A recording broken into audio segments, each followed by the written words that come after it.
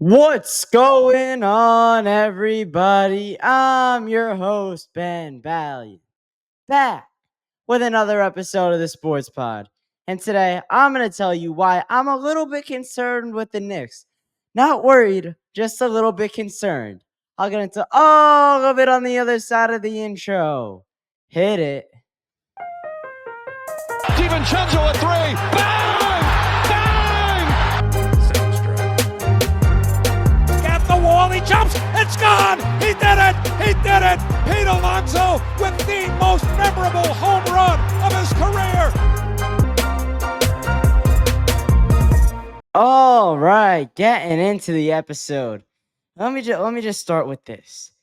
The Knicks have played 7 games. There was not enough that I can be truly worried or think that the Knicks are going to suck for this year or think that the year is over. This is just reacting to what I've seen from the Knicks this year. Let me just say, it hasn't been pretty. It hasn't been good. It hasn't been satisfactory. It hasn't lived up to the expectations or the hype of what Knicks fans thought it was gonna of what Knicks fans thought this year was gonna bring. Mikal, let me just start with Mikal. The Knicks gave up 6 first-round picks for Mikal Bridges, and I'm not saying it's a bad deal, and I'm not criticizing Leon Rose for making the trade. For 6 first-round picks, Mikal Bridges has not done enough in a Knick uniform yet. And I know it's 7 games in, but he hasn't produced the way we were expecting him to throughout all 82 games, because that's what the appeal of him is. He's an Ironman.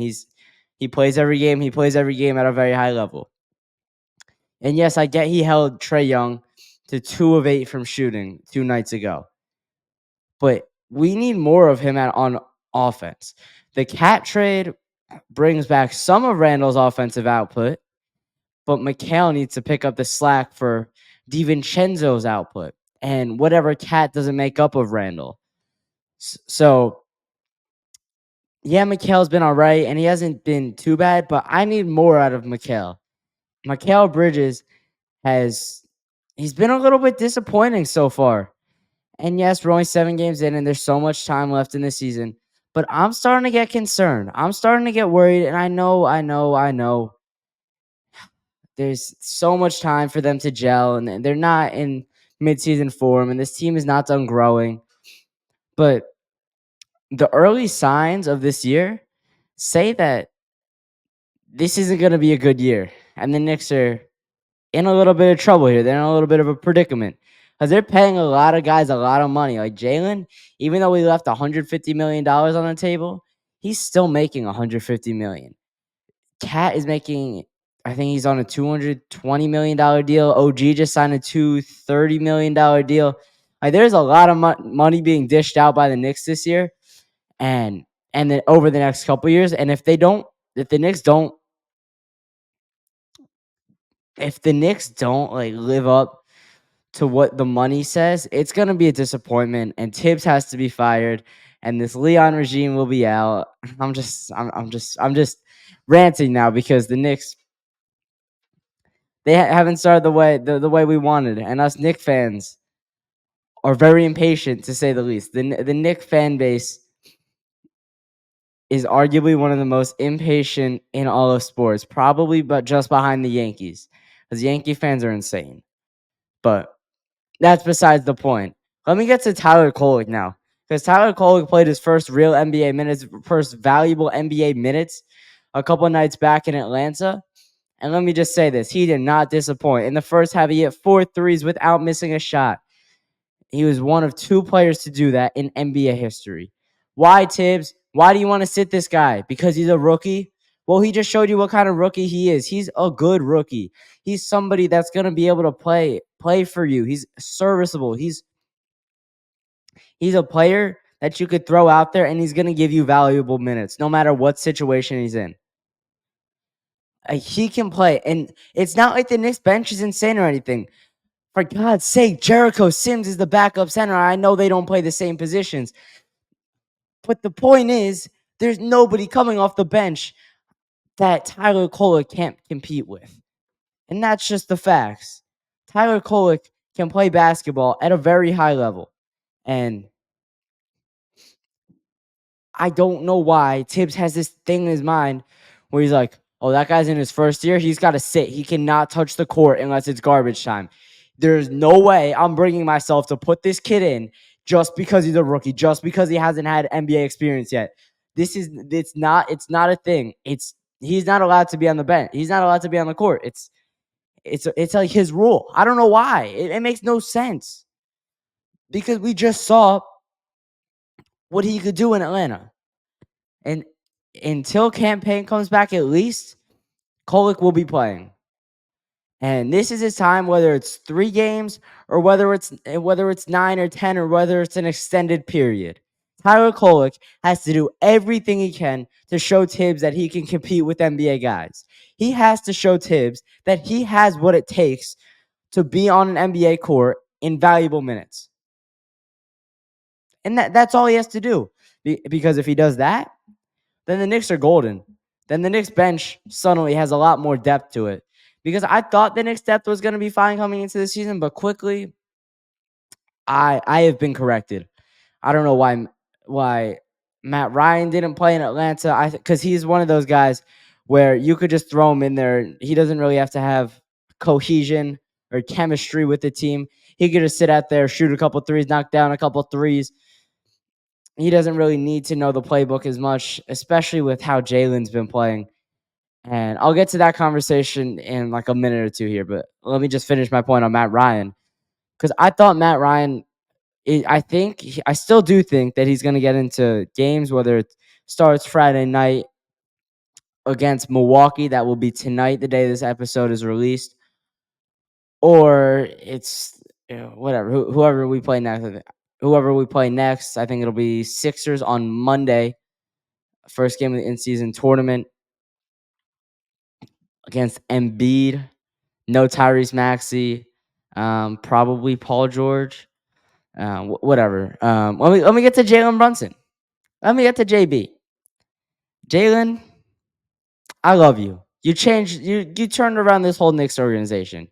You took them from a fringe playoff team with just Julius, to a legit title contender. The Knicks are on the short list of teams that could legitimately make the playoffs and legitimately win an NBA Finals. But right now, you're holding on to the ball too much.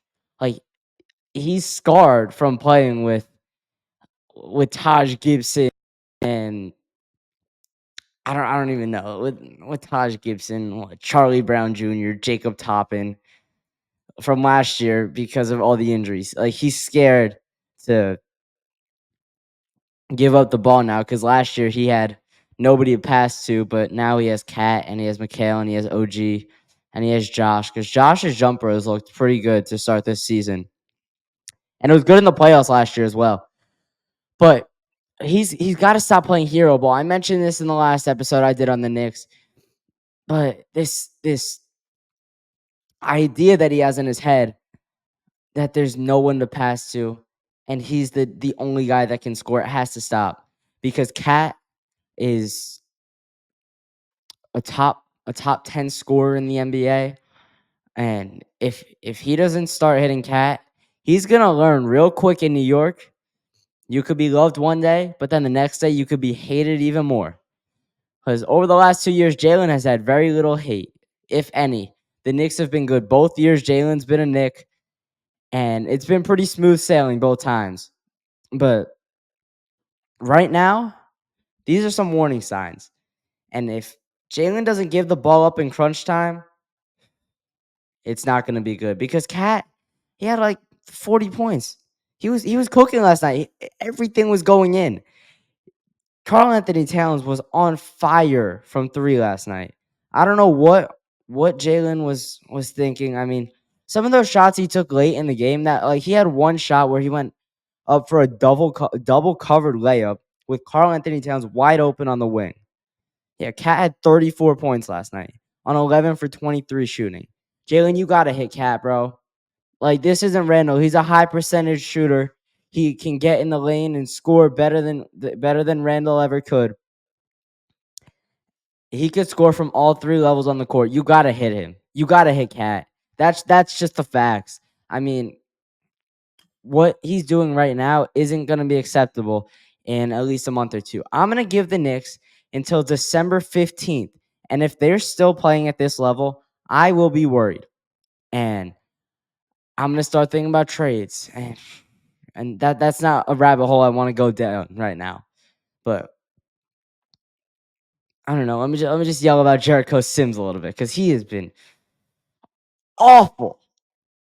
And let me just go back to the Tibbs resistance to play rookies. Like you have Ariel Huckporty on the bench, and I don't know if it's possible for somebody to be worse than Sims.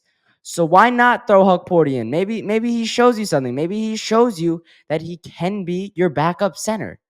The drawback from that? Because Sims, what he's doing right now, there's not much worse you can possibly do. Jericho Sims has not been good. He's been brutal, to be frank with you. So why is Tibbs so resistant to put Huckporty in? The limited action that Huckporty's seen, he hasn't done anything bad. I mean, he had that one. I think it was a travel or an offensive foul. That was a garbage call. That when he put somebody on a poster in the Pacers game, I believe. But he had that huge block in the Pacers game as well. And I don't know. He's a player that I think can show you something, and he can be a part of this rotation. And keep in mind that Sims playing is just a bridge until you get a Chua back, and then eventually when you get Mitch back. Because from what I've seen this year, I don't think Mitch is getting traded anymore. I don't know. I don't think the Knicks have enough depth in the front court to live with giving away Mitch. It doesn't really matter what the return for him is. He's probably going to be a Knick for at least the rest of this year, and then we'll see what happens over the summer. But if he comes back, and that's a big if in January, we'll see what happens with that. But Mitch and Cat in the front court could be a force because what I'm seeing right now is not enough defense down low, and Cat not holding his weight on the perimeter either. And those are two things that Mitchell Robinson can do. By perimeter, I say guarding bigs on the perimeter. Mitchell Robinson can guard his position at any level on the floor, and he excels on the rebounds. And I think I put it out last night, but I was like, what is going on with the defensive rebounding right now? The Knicks could not corral a defensive rebound, and the rebounding last year was one of their fortes. Josh Hart was the ultimate hustle man, grabbing tens of hundreds of rebounds last year. It felt like every night he was 12, 15 rebounds. Yeah, he's still putting up comparable numbers this year, but it's not as much. And the guys around him are also not rebounding as much because Josh Hart and Mitch on the glass last year was an absolute force. And once the Knicks get that back, that problem should be solved. But if they don't get that back, the rebounding is going to have to come from somewhere else. It's going to have to be Cat hustling for more boards. It's going to have to be Mikal willing to put his body on the line and not worrying about playing all 82 games. If he gets hurt and he misses a game or two, so what in the regular season? If it happens in the playoffs, that's a different story. But if he puts his body on the line in now or like December or January trying to get a rebound and something happens, I won't be mad at Tibbs. I won't be mad at Mikal. That's a basketball play, and he's trying to win games for his team. The rebounding has to get better. Plain and simple. All right, let me end this episode with this. I'm not worried about the Knicks. I'm just a little bit concerned. I've seen some red flags early, and I wanted to get on here and just get everything I was feeling about the Knicks off my chest. The regular season is not going to be pretty. It's an 82-game season. It is a long regular season. They are going to be ebbs and flows. There are ups and there are downs. The Knicks are on a down right now. However, if the Knicks don't rebound against the 1-6 Bucks tonight, I'm going to be worried. Not worried, just a little bit more concerned. And it depends on how the Knicks lose.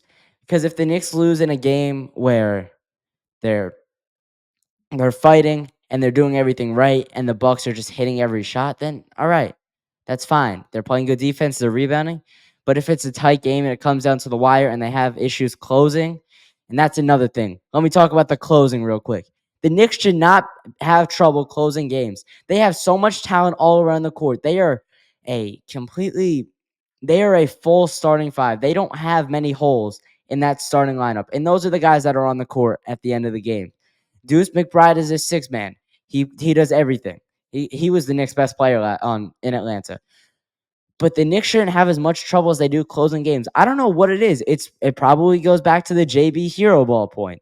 Like, he's got to be willing to give the ball up a little bit if the Knicks want to win a finals.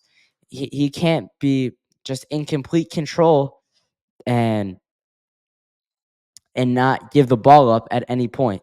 But the Knicks have way too much trouble, or it's way too much talent, rather, to not be able to close games cleanly. All right, that's good to do it for this episode. I'm your host, Ben Bally. Make sure you check out all my socials linked in the description below. Make sure you comment, like, and follow or subscribe based on your platform. And keep it locked with the Sports Pod.